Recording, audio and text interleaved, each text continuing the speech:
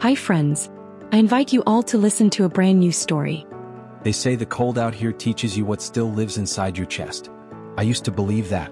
I used to think the interior had a way of stripping a man down to the core, until the day I found the wolf hanging from a spruce like a torn piece of storm. The sky was a low slate lid, the kind that presses your breath back into your ribs. Wind combed the black spruce and drove dry snow the way a man drives nails. Hard, methodical, unforgiving. I was moving along an old line cut. No one uses the words logging road anymore once the trees take it back. Wearing the same canvas parka I'd worn since the pipeline days and the same battered snowshoes that had outlived 3 snow machines. My hands were cracked raw under wool mitts. My right hip ached with the weather, the way it had since the doctor told me the cartilage was gone and the joint would grind until it didn't. I'm Samuel Hale. 68 the last time anyone counted aloud. Once upon a time I was a senior ranger for the state. The badge went into a drawer after my boy died. The drawer stuck from the day I put it there. I still walked the timber because the timber never turned its back on me. I didn't hear the wolf first. What I heard was rope, frozen hemp, singing against bark. That sound is thin and mean, like wire humming on a telephone pole in a crosswind. I stopped dead, breath fogging, and listened again. When the wind lulled, the singing became a muffled scrape. Then the smell hit me, iron and fear and wet fur. He was hung at chest height from a limb thick as my forearm. The rope chest had cut into him beneath the forelegs so deep the fur was a crusted scarf of blood and ice. His hind paws reached for the trunk but found nothing to buy a second of grace. Frost needled along his whiskers. Yellow eyes held, not wild, not tame, but awake in the way a creature is awake when it's already walked to the edge and chosen not to fall. Boot prints scuffed the snow below him. Cigarette butts were frozen into a little amber constellation near the base of the tree. A stick lay there, scored deep with spiral grooves from twisting a knot tighter and tighter. Whoever strung him up had time for cruelty and a talent for it. The knot itself, when I reached and felt it with my mid-off, was a snug seaman's trick, a cleat's smarter cousin. People who tie that kind of knot believe in things holding. Easy, I told the wolf because that's what I had to tell someone. Easy, brother. I've got you. He turned his head toward my voice. The pupils were dusted with ice, but the gaze was straight as a rifle barrel. He didn't snap. He didn't sag. He simply looked. It was the kind of looking that used to make my son laugh.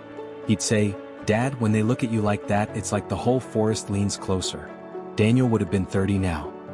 He'd been 26 when he bled out in the brush with his hand still on the cable snare he was trying to pry off a yearling elk. I tell myself 1,000 different stories about that day. How if he'd waited, I would have reached him with the rope. How if he'd cut here instead of there? How if I'd taught him fear more fluently, he might have spoken it to himself just in time. Grief is a man pacing a small room, measuring it again and again to prove it's still too small. I worked the knot with my knife first. The steel, dull from a summer of chores I had no business doing alone, skittered on frozen fibers. The rope had soaked through with blood and thaw and then locked hard as rebar in the wind. My fingers stung when I bared them. The skin split in 2 places fast enough that I only felt it when I saw the star of red in the snow. Swearing didn't help, so I stopped. I dug the little folding saw from my belt and set its teeth into the cordage. The first strokes were musicless. The 4th caught. The 6th bit. The 10th howled. I put my shoulder into the trunk to brace the pull and felt the old tree's slow heart shiver through my parka. "Lord," I said, not loud, not with any confidence, just honest. "If you're as close as the cold makes me think, put your hand on mine." The rope creaked like a barn door. A strand parted.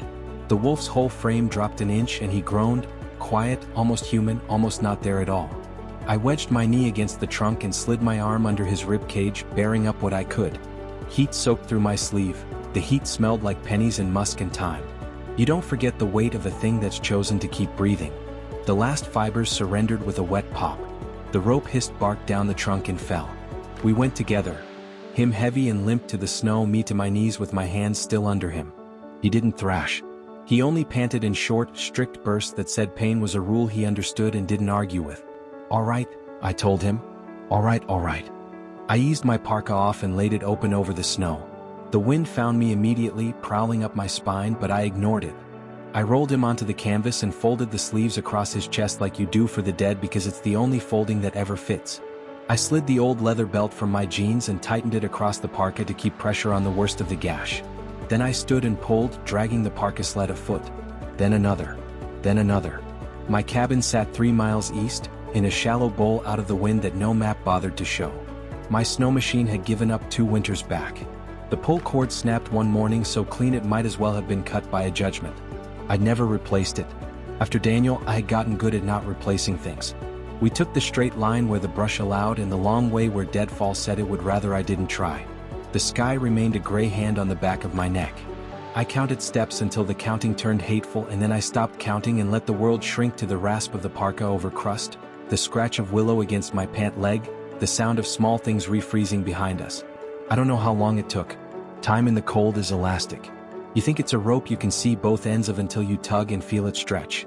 The spruce line thinned finally and gave way to the open of the creek meadow. The snow there lay smoother, but the cold bit deeper without the tree's small kindness. I cut across the meadow and into the fringe where the hill lifts and my place squats like a stubborn thought. A one-room cabin of darkened logs with a metal roof the wind never once managed to peel. The stovepipe wore rime like a crown. A stack of tamarack leaned under a crust of snow against the west wall. I had split that wood in September, cussing the whole time and thanking myself every night since.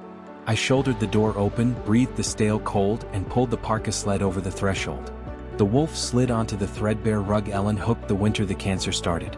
I think about that winter sometimes, how she sat with yarn and coffee at the little table while I pretended to read the paper and really counted her breaths. When she died, half the world went quiet. When Daniel died, the other half did. I've been living in what that left. Kerosene lamps don't negotiate with gloom, they cut it. I lit 2. Their glass chimneys filmed then cleared. The room came back. The little iron stove in the corner, the shelf of dog-eared field guides and a Bible with a cracked spine, the enamel basin, the tin box with screws and nails and things that might be screws and nails if you squinted. My hands shook, but not from cold anymore. I set water to warm and fetched the green metal lunchbox from the shelf. It had once carried sandwiches to pipe work and later bandages to people who'd gotten into arguments with axes and chains. These days it held gauze Ellen had folded into precise squares, a brown bottle of iodine thick as rust, a roll of vet wrap I bought in town last fall when I told myself I wouldn't, and a small jar of salve that smelled like fur pitch and beeswax. I'd made that with a neighbor back when neighbors came by without reasons. He watched me. That's the best word for it. He watched. His ears pinned when I reached, but he didn't show his teeth. His chest rose and fell with that strict rhythm. Every third breath hitched. I cut the belt, peeled my parka back carefully, and saw what the rope had done. A deep, angry groove slick with thawed blood where ice had been, hair matted into a hard ridge, skin raw and cratered at the notch of the foreleg. The flank wore a bald patch weeping from an older rub. Fresh scrapes marred the forepaws, the sort of scuffs you get when you've been scrabbling blind at something that doesn't give. Easy, I told him, and I didn't bother with words after that for a minute. Words make a mess inside a room if you don't ask them to be useful. Warm water loosened crust. Steam wreathed my hands. The first splash made him flinch, but I kept the contact steady. The second he bore without sound. Iodine woke the stink of metal. He tensed but did not fight.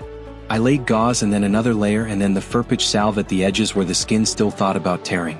The vet wrap went over everything like sky over land. It wasn't pretty. It didn't need pretty. It needed to hold. When I finished, I sat back on my heels and let my breath catch up. I poured a little water into a shallow pan and set it within reach of his head. He stared at it, then at me. I dipped my fingers and lifted them. He licked the drops, slow and delicate, the way a dog licks when he's learning the taste of kindness again after somebody taught him the other kind. He took a little more, then rested his muzzle on his paws.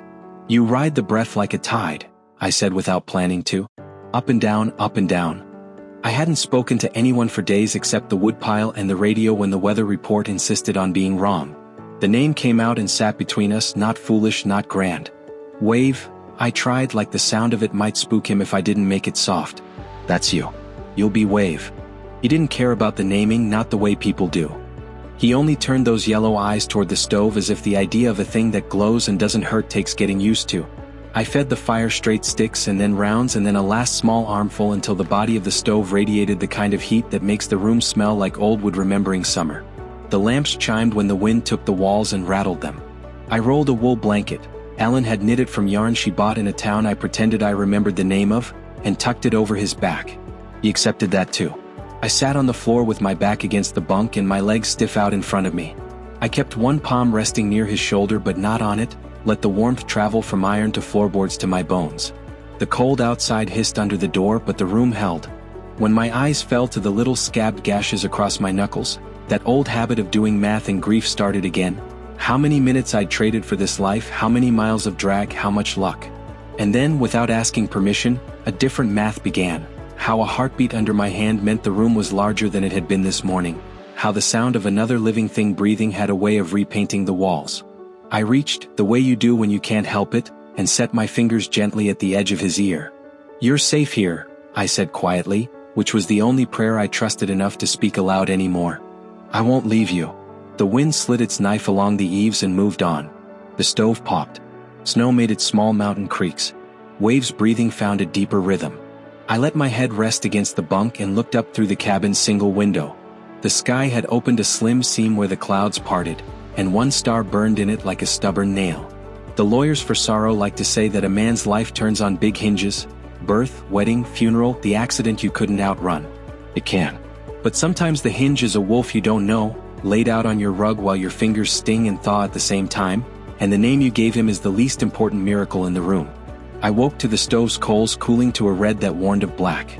Waves stirred when I moved and his gaze touched me again. I stoked the fire and made coffee with water that tasted faintly of iron and pine. I thought about calling anyone, my radio friend in town, the woman at the clinic, the state line, the wildlife troopers, but the thought died shy of speech. It wasn't stubbornness. It was something closer to shame and closer still to a man's selfish need to keep whatever light had just walked across his threshold a little longer before the world claimed it and called it by forms and protocols. When I reached for the poker to shift around closer to the heart of the fire, Wave flinched so fast his head thumped the floorboards. He scrambled to his elbows and slid toward the wall, eyes wide, teeth barely showing, not in threat but in a plea I understood with a clarity that made me swallow hard. I set the poker down, slowly, palms out. "Not that," I said. "Never that." He trembled, a deep, all-body quiver that shook the rug right through to the planks. The breath I'd been listening to for hours hitched out of time, turned ragged. I knew the shape of that fear. It was the shape of a memory you didn't make but learned in your muscles anyway. I've seen men do the same in the presence of quiet words that sounded like the words that used to precede a blow. I sat again. The poker looked harmless lying there by the stove, but it wasn't harmless to him. "All right," I murmured. "We're learning each other." The coffee burned my tongue and did me the favor of making my eyes water in a way I could forgive. I took the old pocket cross Ellen had given me the winter we buried her mother and rubbed my thumb over its edges. I don't make a show of belief and I don't file it away either. It's a thing I keep in my pocket like a pebble from a river that knew me first. Outside, daylight pushed its way through the scene the night had left. The storm had broken without permission. Shadows of spruce leaned clear on the snow, thin and blue and brittle. The cabin creaked as if stretching. "I'm going to clean you up again," I told Wave, and he didn't understand the words, not really, but he understood the tone. I set the poker behind the stove where he couldn't see it. The wrap held. The seepage had slowed. The skin where salve met air looked less furious. I trimmed a clot of hair that had locked itself into a painful burr by his leg, and he bore it with a dignity that was older than my little room and older than the old man in it. When I finished, I stepped outside to split 2 armloads more of tamarack. Warm rooms are bargains with the devil of the interior. He always comes collecting. The axe found its way into the round's heart each time with that solid thought you feel in your teeth. The air smelled of wood and the far, clean knife of snow. When I went back in, my beard carried frost and my chest carried something like a decision. By noon, the light had thinned again. Winter does short work of a day. I checked on Wave one more time, then took the rope I'd cut from him and coiled it in my hands. I felt the tight, dried blood grit in the fibers. I found near the knot, a tiny scrap of fabric, a dull gray square no bigger than my thumb's nail, frayed at 2 edges. A smear of red thread lay across it in a pattern too deliberate to be accident. Not a letter. Not a brand. A sign. I couldn't have told you what it meant, but I could have told you what it felt like. Organization, habit, men who believe they're smarter than a forest because they can enter it with a truck full of cages. I put the scrap into the lunchbox and closed the lid. I had meant to stay quiet, to keep the world out long enough to let the room's new shape set. But you don't live this long out here without learning that when cruelty leaves a breadcrumb, you follow it not because you want to but because you're obliged. Before dusk, I went to the shelf and pulled the radio down. The battery had life. I tuned past the weather, past a preacher out of Fairbanks, past a voice I didn't recognize reading cancellations, and found the channel the clinic listens to when the winter road is almost open. My finger hovered a breath above the push to talk. Wave lifted his head. The lamps hummed. The stove ticked. Outside, the sky took on that bruised blue that means a clear, bitter night. "Grace," I said finally when the static fell into a listening quiet, "this is Sam out on Birch Cut. If you're on, I have something you need to see." The speaker popped. A breath, and then her voice, firm as old canvas, came through. "I'm on. You warm?" "Warm enough," I said. "Bring bandages. Bring patience." "On the way," she answered, and if her tone carried any surprise that I was calling at all, she hid it under the same good sense that had kept 1,000 small hurts in this valley from becoming large ones. I set the handset down. Wave watched me do it and then turned his head back toward the flames. I stood and put my coat on, a different one, an old field jacket with torn cuffs, and stepped outside to listen to the night swing the door of the sky wide open. The first stars took their places like familiar faces in a room you leave too often. It was colder now in the way clear makes cold cold. The creek popped. Far off, a spruce cracked under the insult of its own ice and the sound traveled like a rifle shot that had no quarrel with anyone. I went back in and sat again on the floor by the stove. The cross in my pocket felt warm. The rope on the table felt like a threat that had been interrupted, not ended. Wave breathed. The room held. And for the first time in longer than I could measure, I did not mind the whistling wind because it sounded, if you listened from where we were, like someone running out of breath after trying very hard to blow a small house down and failing. Grace showed up the next morning the way dawn shows up in the North Country, slow, gray, and carrying more weight than light. She was tall, strong in the way of women who carry their own loads, her dark hair tucked under a wool cap, her shoulders rounded by a canvas pack that looked heavy enough to knock a younger nurse sideways.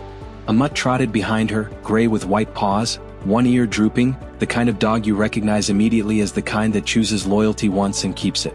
The dog sniffed the threshold, caught the scent inside, and stiffened. A low growl rolled out of his chest until Grace said his name, Buddy, with the same tone she might use on a kid about to reach for a hot stove. He settled, though his eyes stayed on Wave. "Sam," Grace said, stamping snow from her boots. "You finally called." Her voice carried that flat steadiness of someone who has seen most things once already and survived each. It had been years since I'd seen her face inside my cabin. She tried after Daniel died, bringing food, bringing silence, bringing small kindnesses that bounced off me like stones on hard ice. I hadn't let her in since. Until yesterday. I stepped aside. "He's over there." Wave lifted his head. His ears twitched toward her, his eyes narrow but bright. Grace's gaze went right to the bandages, then to my hands, then back to the wolf. She set her pack down without another word, kneeled, and began unwrapping. Her fingers were quick, professional, but soft the way snow falls when it isn't trying to kill you. "He's alive," she murmured as if confirming it for both of us. But not because anyone wanted him to be. I told her about the rope, about the knot, about the scrap of cloth. She frowned. "That's not kids being cruel, Sam. That's worse. Organized. Like someone wanted to mark him, keep him. Like stock." She didn't argue. She cleaned the wound again, repacked it with salve, bound it tighter with fresh gauze. The wolf flinched only once when the iodine hit, then let her work, eyes locked on her face. She never looked away from him either, like the two of them were testing the length of trust in the room. Buddy paced at the door, restless. Every time Wave stirred, the dog's hackles rose, but Grace held up a hand and Buddy stilled. "You'll live with it," she told him. "He's here now." When she finished, she leaned back on her heels, wiped her brow with the back of her sleeve and looked at me. "You saved him." I shook my head. "I cut a rope." "You saved him," she repeated, firmer. Then quieter, "and maybe yourself too." The words landed harder than I expected. My throat worked around a reply and failed. Grace pulled bread and apples from her pack, set them on the table, and brewed tea from a jar of mint she'd brought. She had a way of moving that turned any cabin into something like home. Soon the room smelled of leaves and steam instead of blood and rope. Wave lay back down, watching her, not as an enemy but as something almost unfamiliar, a creature who touched without harm. His breathing slowed. His eyes softened. "You gave him a name yet?" Grace asked. "Wave," I said. She smiled faintly. "Fitting. He looks like something carved out of water and storm." That night the storm outside eased to silence, the kind that makes a man hear things inside himself he'd rather not. I slept in my bunk, but not deep.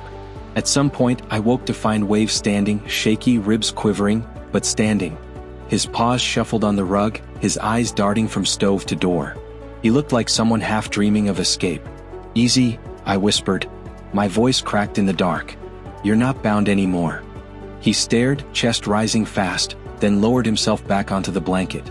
The air between us hummed, fragile but alive. 2 days later, trouble arrived in the form of a young man with glasses fogged from the cold and a badge stitched to his parka that read Wildlife Conservation Corps. He came walking up the trail just after dawn, boots crunching, breath white. Grace had warned she'd sent word to the district. I hadn't expected anyone so soon. He introduced himself with a brisk handshake Grace took and I ignored. "Ethan Myers," he said. "Field biologist. Heard you found a wolf. Needed to see it for myself." Inside, Ethan crouched near Wave, careful not to push. His eyes were bright, hungry for details. He had the eagerness of someone who still believed knowledge could fix what cruelty broke. He pulled a small scanner from his pack and hovered it over Wave's shoulder. "No beep. No chip." He scribbled in his notebook. "Not one of the tag packs. But that wound," he looked at the cloth scrap Grace showed him. "I've seen this. Not here but up north. There's a group, illegal trappers, traders. They keep wolves, coyotes, sometimes even hybrids. Sell them, breed them, fight them. They mark their ropes with this stitch. Red thread, gray cloth." Grace's lips thinned. "So he escaped. Or was discarded when he stopped being useful." Ethan's voice shook. "Whoever did this, they're still out there." I felt Wave's gaze on me. I rested my hand near his paw, not touching, just letting him know I was there. "Then they'll come looking." Ethan nodded. "And when they do, you won't want to be alone." That night the three of us sat around the stove, me, Grace, Ethan, while Wave slept near the flames and Buddy kept guard at the door. Ethan spoke of raids, of evidence, of getting the feds involved. Grace listened, her knitting needles moving in her lap. I said little. My eyes stayed on the wolf. When the lamps burned low, Ethan pulled his sleeping bag near the wall and dozed. Grace dozed too, head on her pack. I stayed awake, watching embers glow and fade. At one point, Wave lifted his head and pressed his muzzle against my boot. Just once. Then he lay back down. It was nothing. And it was everything. The next morning, the cabin door rattled with a knock too sharp for a neighbor. A heavy man in a county parka stood outside, his breath rising like smoke. Behind him, 2 more men waited, their eyes sharp, hands hidden in their pockets. "Morning, Sam," the man said. His voice carried authority and something colder. "Heard a rumor. You keeping a wolf in there?" Grace stiffened. Ethan froze. Buddy barked once, low and warning. My hand rested on the latch. The room tightened around me like a snare. I looked back at Wave. His eyes, yellow in the half-light, never left mine. The man outside the door introduced himself as Deputy Collins, though he didn't flash a badge. He didn't need to. His posture was its own kind of badge, broad stance, chin forward, eyes sliding past me like I was already guilty. Behind him the 2 men shifted, their boots heavy in the snow. One carried a thermos, the other a shadow of a smirk. They weren't lawmen. They were muscle. Grace stepped closer to me, her hands still, knitting needles tucked away in her pack. Ethan moved toward Wave instinctively, blocking the wolf from sight. Collins tilted his head. "Rumors true then? You got a wolf holed up in there? That's a problem. Dangerous. You know what wolves do." I kept my voice level. "This one isn't doing anything but breathing." "Breathing ain't harmless," he said. "You want the county to have a dead kid on its hands? Best you hand it over. We'll take care of it." Grace's voice was quiet but sharp. "Take care of it how?" Collins shrugged. "Doesn't matter. Regulations are regulations." I looked past him at the men in the snow. Their coats were wrong. Too clean, too new. Their boots didn't belong to anyone who'd worked a day in the timber. One of them tapped his fingers against his thigh, restless. "Hunters didn't twitch like that. Buyers did." "That wolf doesn't belong to you," I said. Collins' eyes narrowed. "And it belongs to you?" "No," I said. "But he doesn't belong to men who tie rope like a noose and leave marks in red thread." For a second, silence sat heavy between us. Grace shifted, her dog growling low. Ethan scribbled something in his notebook, though his hand trembled. Collins smiled, but it wasn't warm. "You be careful, Hale. Sometimes animals drag trouble right into your living room. Don't say I didn't warn you." He turned, trudging back down the trail. The other 2 followed, glancing once at the cabin before vanishing into the gray. I shut the door and bolted it. Grace exhaled hard. "They weren't county. You saw that." "I saw." Ethan's voice cracked. "That means they're close. Closer than I thought." Wave stood then, unsteady but resolute, nose twitching toward the door. His body quivered, not with fear but with memory. I laid a hand near his shoulder. He leaned slightly enough to tell me the message, "They'll come again." That night none of us slept much. I kept the rifle within reach. Grace sat by the stove, eyes sharp in the glow, Buddy curled against her boots. Ethan reviewed his notes again and again, muttering dates and names. Wave lay stretched near the hearth, but his ears never rested. Around midnight the wind shifted. The trees outside creaked. I thought I heard something more, footsteps on crusted snow, but when I opened the door, there was nothing but moonlight bleaching the valley white. Still, I left the lamp burning until dawn. The following week was a strange rhythm of survival and waiting. Grace came daily, bringing food, tending wounds. Ethan split time between the cabin and town, gathering rumors, sending coded reports through radio channels he swore were secure. I hauled wood, checked snares, not for game but for signs of men who thought snares were answers. Wave healed slowly. His ribs filled again, fur regrew over the raw grooves. He limped less each day. The first time he stood on his own and padded to the door, I thought he might leave. But he stopped, looked back at me and settled near my boots instead. Grace watched, her smile faint. "He trusts you." I shook my head. "He trusts warmth." "Same thing," she said. One evening, as dusk folded the mountains into blue shadow, we heard the crack of a rifle far off. Then another. Echoes rolled through the valley, chasing each other until they died in the timber. Buddy barked once, frantic, then pressed against Grace's legs. Ethan froze. "That's not hunters. Season's closed." I reached for the rifle by the wall. "It's them. Testing the air." Grace bit her lip. "So what do we do?" I looked at Wave, who had lifted his head, fur bristling. His yellow eyes caught the lamplight, steady and alive. "We don't let them take him," I said. Days later Ethan brought news. He'd spoken with a contact in Anchorage, someone who tracked trafficking groups. They'd intercepted chatter about wolves marked with red-threaded cloth. A shipment had gone missing. A wolf had escaped. "They want him back," Ethan said. Grace's face hardened. "Then we make sure they don't." I didn't speak. My hands were busy whittling a piece of wood into the shape of a bear, something Daniel once loved. But inside me a quiet storm built. The storm broke one night when I heard the crunch of footsteps outside, too many, too heavy. Wave rose instantly, silent but bristled. Grace set her lantern down. Buddy barked, teeth bared. 3 shadows moved outside the window. Then a voice, "Hale. Open up." I chambered around. "Not tonight." "Don't be foolish," the voice said. "We know what's in there." Wave's growl rumbled low, deeper than any dog's. Grace stood beside me, jaw tight. Ethan whispered, "We can call for backup." "No time." I cut him off. The handle rattled. Then a slam. The door shook. Wave moved closer, eyes blazing. For the first time since I'd cut that rope, I saw not just pain in him but fire. "Stay back," I whispered. But I knew he wouldn't. The door splintered. The door gave way with a crack that echoed like a gunshot. Splinters sprayed the floorboards. Cold air poured in, carrying the stink of tobacco and wet wool. 3 men pushed through. Collins led, face twisted with triumph, 2 more behind him with clubs in their hands. Not hunters' clubs. Not tools. Weapons made for teaching pain. "Step aside, Hale," Collins barked. "We're taking what's ours." My rifle was already leveled. "He isn't yours. You don't get to decide."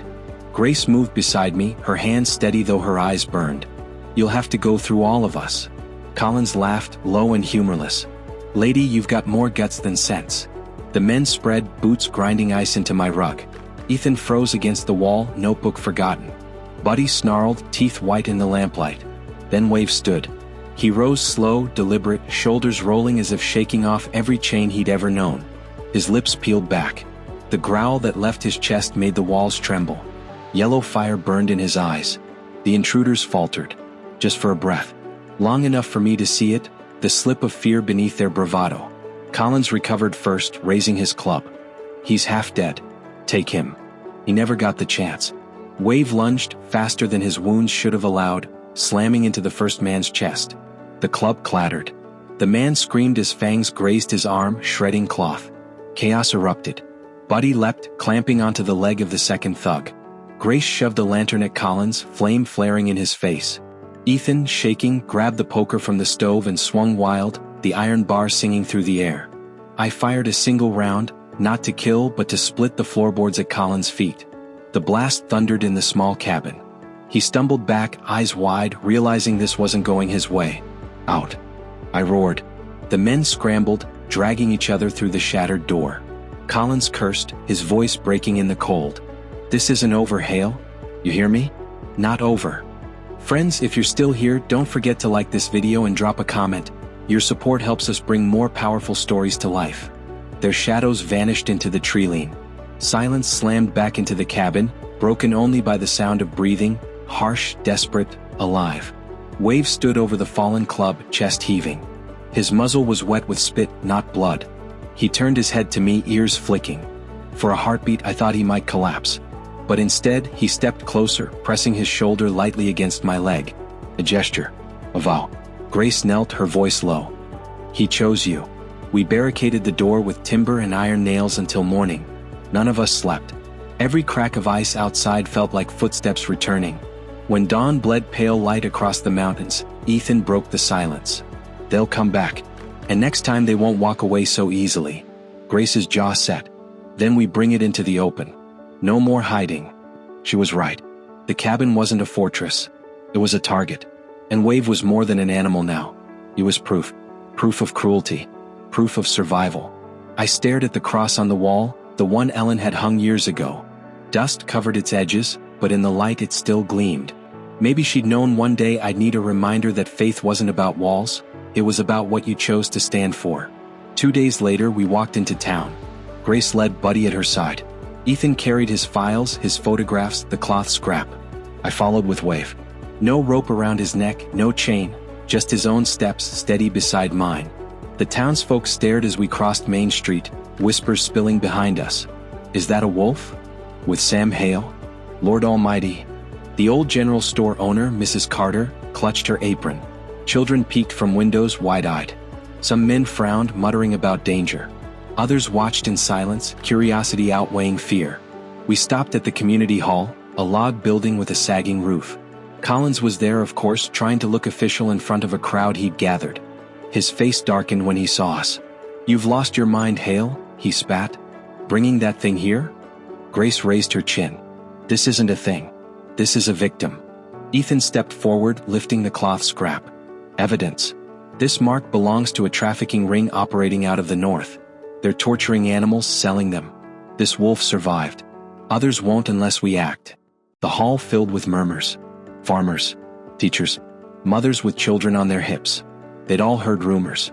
Now they had a face, a scarred wolf standing tall, eyes alive. Collins sneered. And what, you want us to believe this beast is a symbol? That he's more than a threat? I met his gaze. I want you to believe what you're seeing. A creature hurt by men still standing. If there's danger, it isn't from him. It's from those who put that rope around his chest. Wave stepped forward then, calm, silent. He didn't growl. He didn't bare his teeth. He simply stood in the middle of that hall, scar gleaming, eyes steady. The room hushed. Children edged closer, pulled back by nervous parents. Yet one girl, no more than 10, slipped free and walked up to him. She reached a small hand toward his fur. Wave lowered his head. Let her touch him. Gasps rippled through the hall. The girl smiled. He's not scary. And just like that, the tide shifted. By week's end, the town voted. The old sawmill on the edge of the river would be cleared out, turned into a shelter. A place for hurt animals. A place to heal. Grace would oversee medicine. Ethan would handle records and contact with the state. And me? I was asked to stay. To be the keeper. I wanted to refuse. The woods were safer than people. But when I looked at Wave, lying near the fire, Buddy curled against him like they'd been brothers all along, I realized safety wasn't the same as purpose. So I nodded. I'll stay. That spring thaw came late. But when it did, the river cracked open with a roar, and the valley bloomed in colors I thought I'd forgotten. The shelter opened its doors. First came an owl with a shattered wing, then a fox limping on 3 legs. Farmers brought them, children carried them. And on the door, painted by school kids, was a single word: Wave. Not a warning. A promise. Spring doesn't arrive here so much as it loosens its grip. One morning the ice on the river sounded hollow under the sun, and by afternoon it broke with a long, low thunder that made the windows hum. The first color wasn't green, it was brown, honest, wet earth showing through the melt, smelling like memory and work. We opened the shelter on a Saturday because Grace said that was the day folks set their minds to chores that matter. The school kids came with paint under their fingernails and put up the sign they'd made in class. A wolf's profile in brushstrokes, the scar a bright line you could see from the road. Over the door they nailed the word they chose together. Wave. Not my doing. Felt right anyway. We had 3 residents by noon. A great horned owl with a wing that had argued with barbed wire and lost. A red fox that moved like a question mark, the left hind leg refusing to answer. And a raccoon the size of a football that stared at us like we'd interrupted a lifetime of schemes. Grace moved from pen to pen with a calm that made the animals breathe easier. Ethan took notes, photos, measurements, recorded everything like evidence could keep anything from happening again. Kids pressed close. Parents hovered. Old men pretended they'd come for the free coffee and stayed for the way their faces softened when the owl blinked. Wave patted the perimeter at my heel, not a guard so much as a witness. He wore no collar. He didn't need one. Buddy kept pace on his other side, bumping him now and then like a younger brother convinced he was the one teaching manners. The first time a boy reached out toward Wave from behind the fence, I opened my mouth to warn and closed it again. Because Wave did what I was too slow to believe he would do. He leaned just enough for the small hand to touch fur. His ears flicked. His eyes stayed soft. The boy smiled with all his teeth. By late afternoon the light had that gold edge that makes everything look like it'll last. Collins didn't show. I was grateful and suspicious in equal measure. When the last family left and the gravel lot went quiet, Grace leaned her elbows on the porch railing and watched the river lift its shoulders and run. "You're different," she said. "I sweep better now," I told her. "That's all." She didn't laugh. "I mean your eyes." Ethan came out with the ledger and a pencil tucked behind one ear. "Good first day," he said. "But I heard talk at the feed store. Not everyone's happy." "They don't have to be happy," I said. "They just don't get to be cruel." Grace's hand brushed the rail near mine. Not touching. Close enough to change the temperature of the air between us. "We'll be ready if they come," she said. "Ready how?" Ethan asked. I looked out at the far line of timber where shadows gather even when the sun is bright. By telling the truth sooner than they can tell their lies. A week later I took Wave back to the place where the rope had been. The snow had retreated from the south faces of the rises, exposing patches of last year's grass laid flat like hair after a hat. The spruce that had held him stood without ceremony, bark scored and oozing resin in thin amber tears. I carried a plank I'd sanded down and oiled until it felt like a kept promise. I'd spent evenings with it on the bench beside the stove, carving letters with the knife Daniel had left me because some tasks deserve a blade that remembers your hand. I pushed the stake into thawed earth and set the plank. The words weren't fancy. I don't do fancy. I cut them deep so the truth would not blow away. Once bound, now free. Wave circled the tree once, nose low, took in the scents left by weather and squirrels and men who'd thought they were the last word. He stood facing the river wind, head high, then lowered it to bump the plank with his muzzle like a nudge to set it straight. I set my palm against the scar on his chest, just for a breath. He tolerated it like he knew the touch wasn't for him alone. We stayed until the light went thin. On the way back, above the logging cut, a bull moose stepped out with a posture that said we were tolerated only because the season was young and he had better things to do. Wave held still beside me, every line of him a study in restraint. The moose moved on, heavy and inevitable. That's the thing about a life. Most of it is ordinary wonder you're lucky enough to notice because you aren't busy fighting something you never asked for. Fight found us anyway. It started with traps where no traps should be. Ethan was the first to see the pattern. Camera traps catching men in balaclavas at night crossing the old fire road, a ladder of boot prints that didn't belong to any of the neighbors we knew. Grace found a length of cable half buried at the edge of the meadow behind the shelter. The loop already worked into a noose big enough for a wolf's neck. Buddy growled at it until I picked it up and cut it to pieces right there. Front door went quiet, Grace said, eyes on the tree lean. So they're checking the back. We call the sheriff, Ethan said. We call the right one, I said, and the look we shared told us we were naming the same man, not Collins. I reached for the radio and found Quinn, the deputy who'd once helped me haul Daniel's body out of the brush, not with words, but with his hands and his silence. He came before dark, dust still white on the truck's wheel wells. He listened, didn't flinch. He bent to examine the cut cable, the snapped twigs where someone had waited in the brush, the small twist of gray cloth Ethan had pulled from a thorn, red thread again, the same stitch I'd felt under my thumb that first day. Looks like North Country trouble moved south, Quinn said. He had a face made for bad news and the patience to ferry it rather than drop it. I'll get fish and game looped in. Feds too if they'll listen. Until then, daylight around the place, eyes out, no hero moves. Grace lifted her chin. We're past quiet. Quinn's gaze went to Wave, who watched him from the edge of the porch with the sort of stillness that makes a man stand a little better. You keep him close, Quinn said. And you keep your lights on. The first night we lit every lamp, every string of bulbs the kids had hung for the opening. The shelter glowed like a greenhouse in the dark. I hated it, felt exposed. But maybe that was the point. Predators that rely on secrecy hate light. Past midnight the coyote sang on the ridge, and for the first time since I'd cut Wave down, he answered, not with a challenge but with a low, long call that thrummed through the boards under our boots. The sound ran out into the hills like a message written on water. I didn't know what it said. Maybe here. Alive. Maybe you failed. We found the first cage 2 days later. It was hidden in the willows where the creek curls back on itself and slows, the kind of place a man doesn't go unless he knows it's there. Ethan almost walked by. Wave didn't. He stopped dead, nose high, ears forward. He cut left into the brush and vanished. We shoved through the tangle after him and almost tripped over it, a welded rectangle of steel big enough for a wolf, bait still wired to the back, the floor slick with the story of something that had panicked there last night. The door sat open now, latched with a trigger that made the hair on my arms rise with recognition. Grace's breath came sharp. They're staging. They're not just testing fences anymore. Ethan crouched, camera up, snapping frame after frame.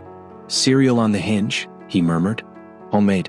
But the design's consistent with the Anchorage seizures in the report. Means the same men, I said. I put a palm on the cage.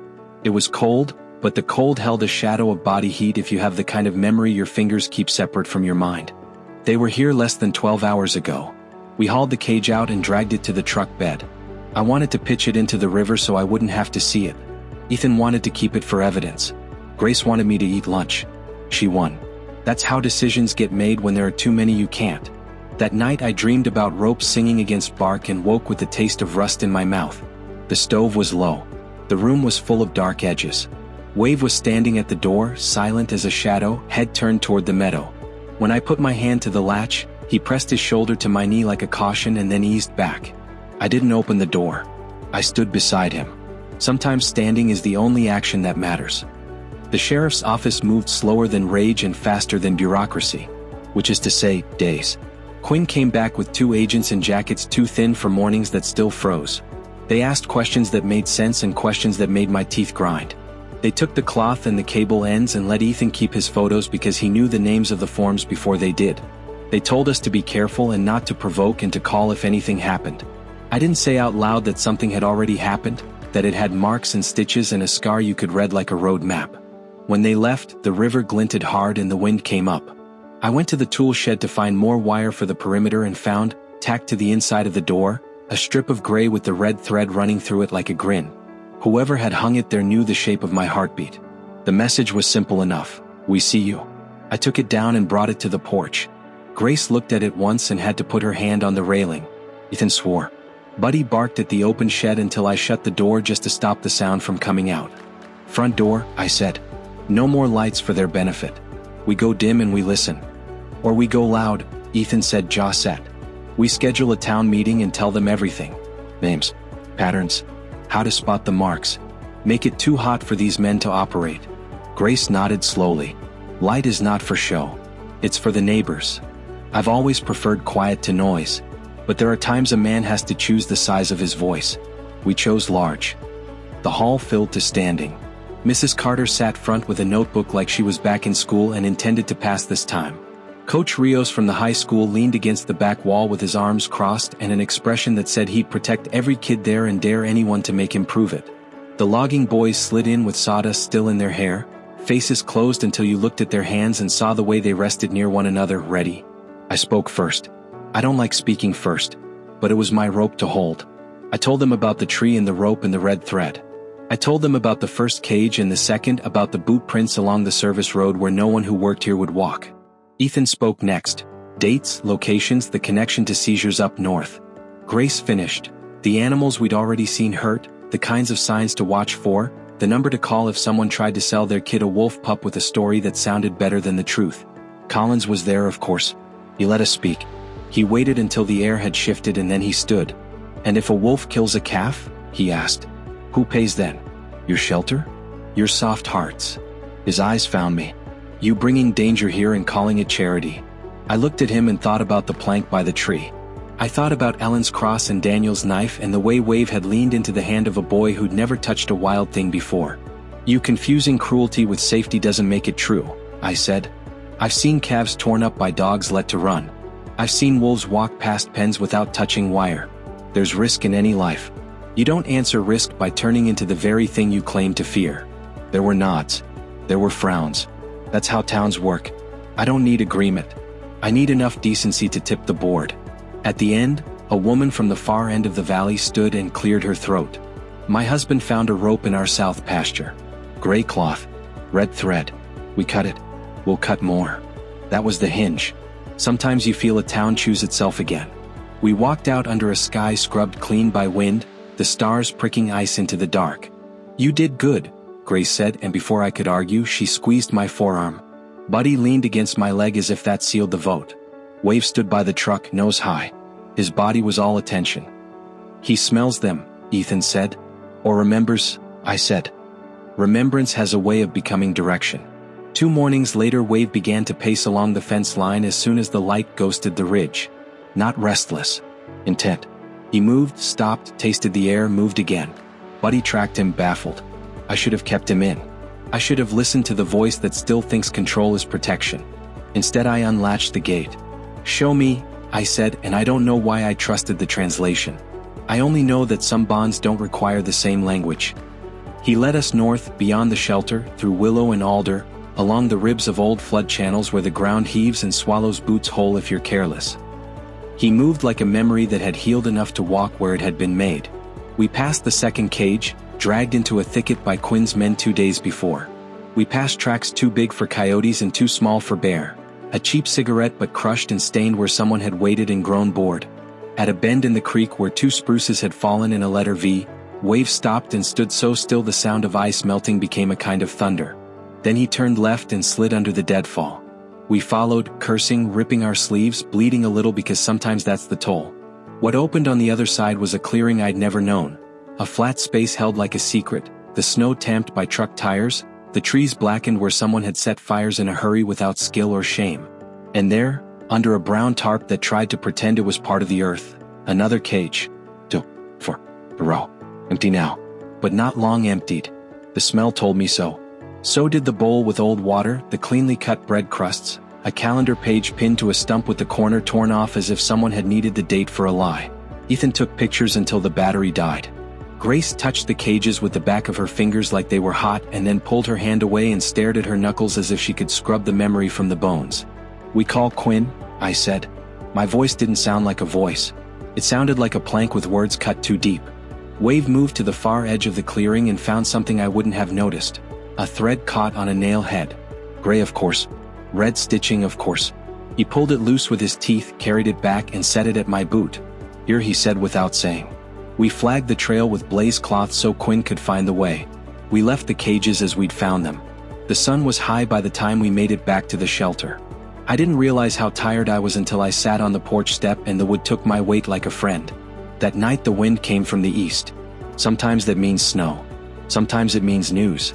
Quinn arrived with 2 trucks and 4 men and all the caution men earned by living long enough to fear the right things. They followed our flagging, took prints, measured, bagged, marked. He stood in the clearing with his hands on his hips and the set to his mouth that told me he'd wanted to be wrong and wasn't.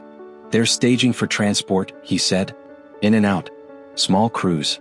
Not local hands doing the work, I guess, but local eyes telling them when to move. Eyes like Collins? Ethan asked. Quinn didn't answer. But the answer lived behind his eyes. Can you stop it? Grace said. We can make it cost more than it's worth, Quinn said. Sometimes that's what stopping looks like first. Word travels in a valley like water finding its level. By week's end the men at the mill were walking their fence lines, the ranchers were counting dogs as carefully as calves, and kids on bikes were tearing down red-stitched scraps like they were poison ivy. Collins kept his head down. I didn't trust the angle of that. I slept in fits, the kind that leave you more tired for having tried. Around 3 one morning I woke to the sound of Buddy whining soft in his sleep and Wave raising his head to stare at the door again. The lamplight was low. The stove whispered. I lay there and counted breaths that weren't mine until I realized I didn't have to count anymore to know if I was alive. At dawn I walked the perimeter and found a single boot print where there shouldn't be one. behind the shed, in the one spot the security light failed to catch. The print faced the window of the room where we kept the injured fox. I followed it to the fence and lost it at the ditch where a man careful enough to watch is careful enough to step on stones. I waited to tell Grace until she'd had coffee. She nodded once and didn't waste a word on fear. "We double shifts," she said. "And we bring the owl inside tonight. I don't want to find a gap in wire where a bird used to be." "You think they mean to take the animals?" Ethan asked. "I think men who don't care how something suffers don't care what they take," she said. The day stretched long and mean. We pretended chores were chores, not watch posts. I pretended my hands weren't fists. The river ran like it had run before I was born and will run after I'm done pretending. Near dusk we had our first return. A woman in a denim jacket I didn't recognize pulled into the lot with a raccoon crate in the back of her truck and a look that said she had decided something big and decided it quick. She lifted the crate out herself, set it down, and stepped back like it might explode. Inside, under a towel, 2 wolf pups blinked at us, ears too big for their heads, bellies round with milk that had not come from any wolf. "I bought them," she said before we could ask. Shame and defiance had a knife fight in her voice. "I bought them because the man told me if I didn't, he had a buyer in a place I won't say out loud. I can't keep them. I know that. But I can't unknow what I know now. So here." Grace went to her like water goes to fire. "You did right," she said, and the way she said it made the woman's knees go weak with relief she didn't want anyone to witness. Ethan was already calling Quinn. I was already lifting the crate into the exam room. Wave followed, then stopped at the threshold the way a man stops at the door of a church he isn't sure will take him as he is. He stood there, head low, watching those 2 small things make small sounds. Buddy sat beside him, tail thumping softly, as if he needed to add a beat to keep the room from floating away. Grace checked ears, checked bellies, checked the tiny pads of their feet where the world had scuffed them already. "For weeks," she said. "Maybe 5. She looked at the woman. What did he look like? She described Collins without saying his name. Some faces are made of averages. His isn't. Quinn arrived before full dark. He didn't write the woman a ticket for anything. He wrote the plate number she gave him and a promise in his own careful way. We fed the pups not with bottles but with patience and a schedule, because wild isn't a costume you can knit. We logged their weights and the shape of their yawns. Grace spoke to them in a voice that lived somewhere between lullaby and vow.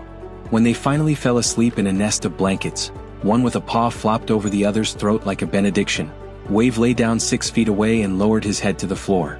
Every time one of them squeaked in their dream, his ears twitched. "Family," Ethan whispered. "Responsibility," Grace answered. "Both," I said. We didn't talk about bait out loud. But that night the thought sat ugly and blinking on the table between us. If the pups had been a test, we had failed it exactly as decent people do, by saying yes to care.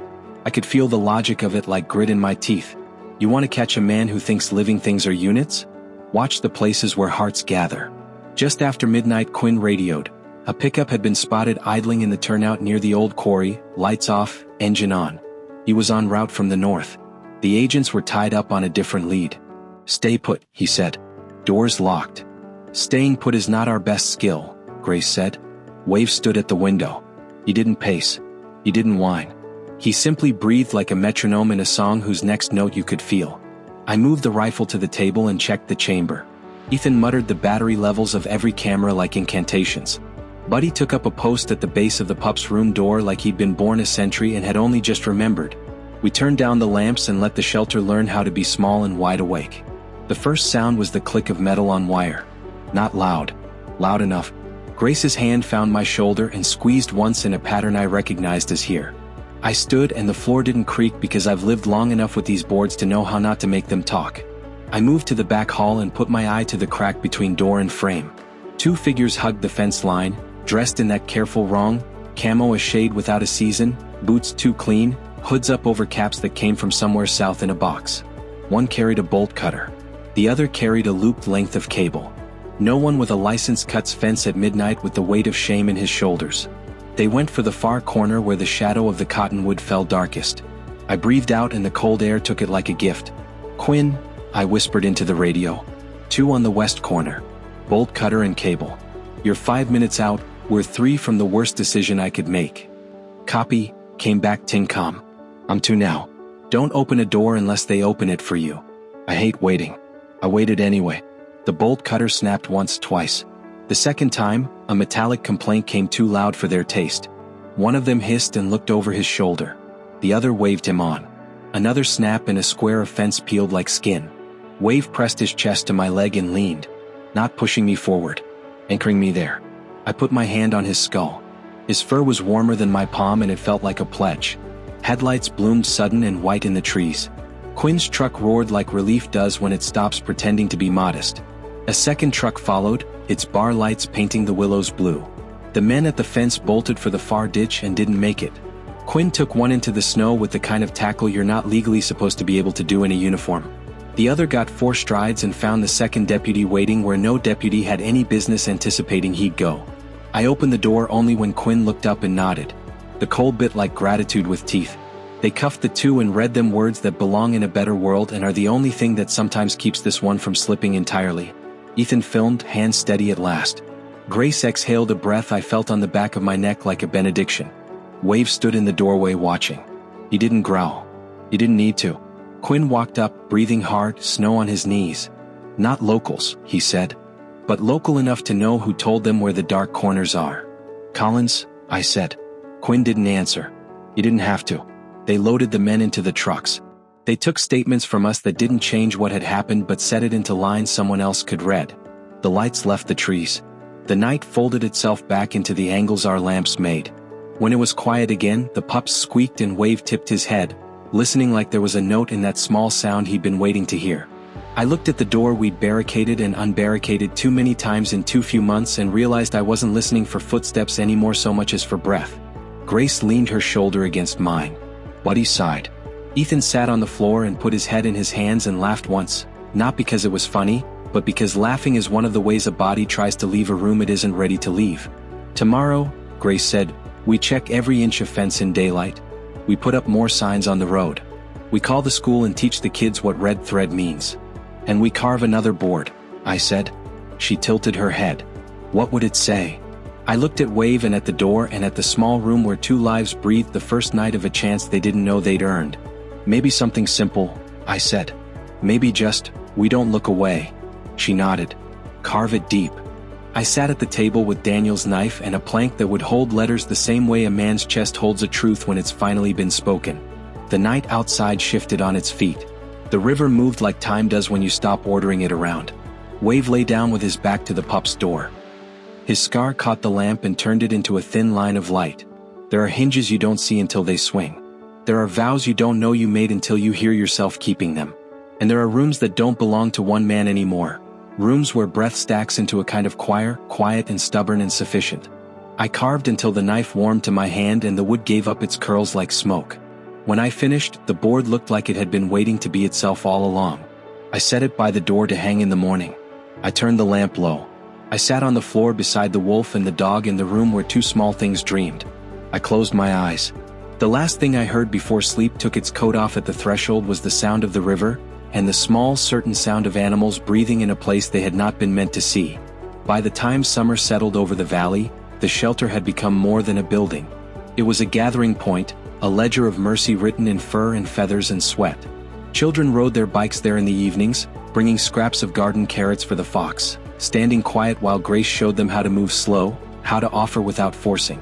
Ranchers dropped off strays and found themselves staying for coffee, their conversations shifting from weather to watchfulness. The sign I carved, "We don't look away," hung over the door. People touched it without thinking when they came in, the way churchgoers brush a hand across holy water. Wave was no longer the half-dead creature I'd cut from a rope. His chest had filled out, the scar less angry, his coat thick again. He roamed the perimeter during the day, often with Buddy shadowing him, tails weaving like twin metronomes. At night he slept by the pups, who had grown into long-legged mischief, chewing through blankets, tumbling over each other until exhaustion dropped them in a heap. They weren't tame. Grace reminded us of that often. We're caretakers, she said, not sculptors. Let them be what they are. Sometimes I'd catch Wave watching them the way a father might, silent, measuring, proud in a way words ruin. And sometimes he watched me the same way. Ethan had found rhythm too. He spent mornings at the radio, evenings with files spread across the table, tracing networks of names and places. Every so often he'd look up, push his glasses back and mutter, "We're closing in." His energy filled the room like a lantern turned too high, but none of us told him to dim it. Grace, she became the spine of the place. Steady, unyielding, her laugh rare but startling when it came. The lines at the corners of her eyes softened as weeks passed, though sometimes I'd find her sitting outside at dusk, staring at the mountains with an expression that held every weight she never spoke. Me? I repaired fence posts, chopped wood, fixed leaky pens. My hip ached more with each season, but I didn't mind. The work meant the world was larger than my grief. The shadow of Collins didn't vanish. He stopped showing his face in town, but word carried he was seen meeting strangers by the highway pullouts, trucks with plates that didn't belong. The sheriff's office circled closer but never quite caught him. It was like chasing smoke. Then, in late July, we found another message. It was Ethan who saw it first. A red thread tied into the wire of our south fence, woven in so neat it looked almost decorative. He snapped it free with shaking hands. "They're telling us they can reach us whenever they want," he said. I burned the thread in the stove until it curled into ash. Then we tell them the same. That night I took Daniel's knife and carved another plank. "We stand here." I set it on the road, propped against the mailbox where anyone driving by would see. Grace didn't stop me. Neither did Ethan. Some truths don't need a vote. One August evening, as the sun bled orange across the peaks, a noise rolled down the valley, an engine heavy, grinding. A truck pulled into the lot. Not Quinn's. Not anyone we knew. The driver stepped out, a man with lines cut deep into his face, his eyes pale as steel. He didn't smile. He didn't reach for a weapon either. "I came for the wolf," he said simply. My hand went to the rifle leaning near the door. Grace stood beside me, arms crossed. Ethan hovered with the radio ready. "You're not leaving with him," I said. The man tilted his head. "Do you even know what he is?" "He's alive," I said. The stranger's lips curved in something that wasn't humor. "Alive because I let him be. That wolf was mine. Raised him from a pup. He got loose. You think he's a miracle, but he's just property gone astray." Wave padded forward then, silent, eyes locked on the man. He didn't growl. He didn't bare teeth. He just stood between us and the stranger like a line drawn in earth. The man studied him for a long time. "Still remembers me," he said quietly. "Look at the way he holds his head." I tightened my grip on the rifle. "If he remembers you, it isn't fondly." Grace's voice was steel. "Property doesn't bleed like that. Property doesn't choose. He chose here." The man's eyes flicked to her, cold. "You'll regret this. All of you." He turned, climbed back into the truck, and drove away without another word. But his tires carved anger into the gravel, and the silence he left behind felt sharper than any threat. The weeks that followed were restless. I walked the perimeter 3 times a day. Ethan doubled the cameras. Grace slept with a lantern burning beside her cot. Even the animals seemed to sense it. The owl refused to eat for 2 days, the fox paced his pen until his pads bled. Wave changed. He spent long hours at the edge of the meadow, staring into the timber, ears twitching at sounds we couldn't hear. Sometimes he lifted his muzzle and let out a low, steady howl, not to call but to warn. One night I sat beside him, the stars cutting holes in the dark above us. "They'll come," I said. "You know it, don't you?" He turned his head, eyes meeting mine. In them I saw not fear but certainty. A shared vow. The attack came at the edge of fall. It was just after Harvest Festival, when the valley smelled of cut hay and cider. The shelter was quiet, the kids gone home, Grace cleaning the exam table, Ethan cataloging files. I was outside splitting wood when I heard the first crack, fence wire snapping. Then the bark of Buddy, sharp and frantic. I dropped the axe and ran. 2 men were inside the fence already, moving fast toward the pup's pen. A third waited at the truck by the road, engine running. Collins stood near him, face twisted in a grin that made my blood burn. "Sam!" Ethan shouted, rushing out with the camera still in his hand. Grace grabbed a broom handle, the closest thing near. Wave exploded from the shadow of the porch. He hit the first man like a hammer, teeth flashing, driving him into the dirt. The second swung a bat, catching Wave across the ribs. He yelped, stumbled, then surged again, rage and memory carrying him. I fired once, the bullet kicking up dirt inches from Collins' boots. "Leave them," I roared. Collins sneered. "You can't shoot us all, old man." "Don't have to," I said. "You've already lost." The sound of sirens rolled then, Quinn's trucks closing fast. The men froze, caught between fear of the wolf and fear of the law. Collins cursed, spat, and bolted for the truck. The others followed, dragging the wounded one. Tires screamed as they tore down the road, leaving chaos in their wake. I dropped the rifle and ran to Wave. He stood, chest heaving, blood streaking his side where the bat had struck. Grace pressed cloth to the wound, her hands firm, steady. "He'll hold," she said. "He's stronger than they know." Wave leaned into me, trembling but unbroken. His eyes met mine, and in them I saw the same vow we'd shared under the stars. We don't run. We don't look away. Quinn arrived minutes later, fury in every line of his face. He took statements, radio descriptions, set roadblocks. But Collins was gone, again smoke on the wind. Grace stitched the gash in Wave's side under lantern light. Ethan wrote until his hand cramped, every detail carved into paper like testimony. I sat on the floor beside the wolf, my palm resting near his paw, listening to the rhythm of his breath. The pups whimpered in their pen, frightened but unharmed. Buddy curled against them, his small body shaking with the effort of courage. The night stretched long. But when dawn broke, light poured through the cracks in the boards, warm and gold. And for the first time I felt the valley itself breathe with us, choosing to endure. Autumn burned fast across the valley. The aspens flared gold, the birches thin as fire, and the mountains wore their first white crowns again. Every season up here feels like a reminder of what's gone, of what will always come back. Wave healed slower this time. The blow from the bat had sunk deep, left a bruise that spread like spilled ink across his ribs. Grace cleaned the stitches twice a day, patient as prayer. Ethan documented every stage, though his voice was quieter than before. Even Buddy walked lighter near the wolf, sensing that strength was something being rebuilt, not yet ready to spend. For weeks Collins didn't show. No strangers on the road. No threads in the fence. Just silence that tasted wrong, like snow hanging too long in the air before it falls. I told Quinn once, over the radio, "Feels like they're waiting for something." His reply came steady. "Then you wait too. But don't mistake stillness for safety." The pups grew fast, their legs clumsy stilts, their play as wild as any storm. They wrestled Wave without fear, tumbling over his scarred chest as if it was just part of him, not his history. Sometimes he'd snap his jaws in mock discipline, and they'd yip, scatter, only to return. Watching them was like watching a promise you never dared to make somehow keep itself. One night, as the first snowflakes drifted, I caught myself whispering Daniel's name. Not as a wound this time, but as a thread that tied him to this place. Maybe he'd have laughed at the sight of me, an old man sitting on a porch with a wolf at his feet, a dog at his side, and two half-wild pups tearing through the yard like children who thought the world belonged to them. Maybe he'd have said, "You finally got it, Dad? You stopped being alone." The thought didn't hurt the way it used to. Winter returned with sharp edges. The river locked itself under armor. The days shrank to shadows. But the shelter didn't shrink. It filled. Injured hawks, stray hounds, even a young moose calf rescued from barbed wire. People brought them not out of pity, but because they'd begun to believe. The words on the boards were no longer just mine, they were the valley's. Once bound, now free. We don't look away. We stand here.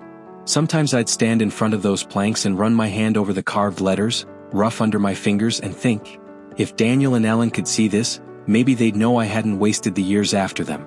Maybe they'd forgive the long silence I'd lived in. Grace saw me once, hand on the wood, eyes wet. She didn't speak. She just slid her arm through mine, and we stood that way until the cold drove us inside. It was just before Christmas when Collins came back. We heard the truck first, an old Chevy with a muffler that couldn't keep a secret. Snow crunched under its tires as it rolled into the lot. I stood on the porch, rifle leaning by the door, Wave beside me. His fur bristled the moment he scented the air. Collins climbed out alone. His face was drawn, his eyes sunk deep, like a man who'd been running too long. His hands were empty. "I didn't come to fight," he said. Grace stepped out behind me. Ethan hovered in the doorway. Buddy barked once, sharp. Collins looked at Wave, then at me. "They left me. The ring. The buyers. All of them. Used me, dumped me. I've got nothing now." He laughed, but it was hollow. "You were right. Cruelty doesn't keep you safe. It just makes you a tool." I said nothing. He rubbed his face, snowflakes clinging to his beard. "I'm leaving the valley. Don't worry, you won't see me again. Just make sure they don't win." Then he turned, climbed back into the truck, and drove off. No threats this time. No promises either. Just a man vanishing into the white. Wave watched until the taillights disappeared. Then he huffed once as if dismissing the ghost. The winter that followed was hard. Heavy snows, long storms. The kind that break fences and spirits. But the shelter held. People came on skis, on snow machines, hauling feed, bringing supplies.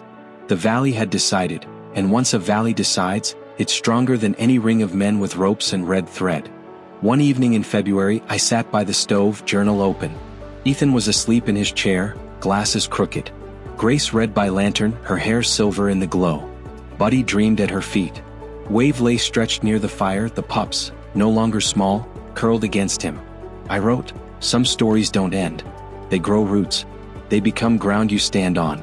This isn't just a wolf story anymore. It's ours. A vow carved in wood, in scars, in breath. I closed the journal, put the cross Ellen had given me on top of it, and let the room's warmth carry me. That spring, when the ice broke again and the mountains shed their snow, the shelter celebrated a year. Families gathered. Kids painted new boards. One read, light over shadow. Another, home is where mercy lives. We planted them in the ground like markers on a trail, pointing forward. Wave stood tall in the meadow, scarred but whole, the pups bounding around him, Buddy at his side. The valley was alive with sound, laughter, the river, the wing beats of things that had been broken but chose to fly again. And I thought, maybe this is what redemption looks like.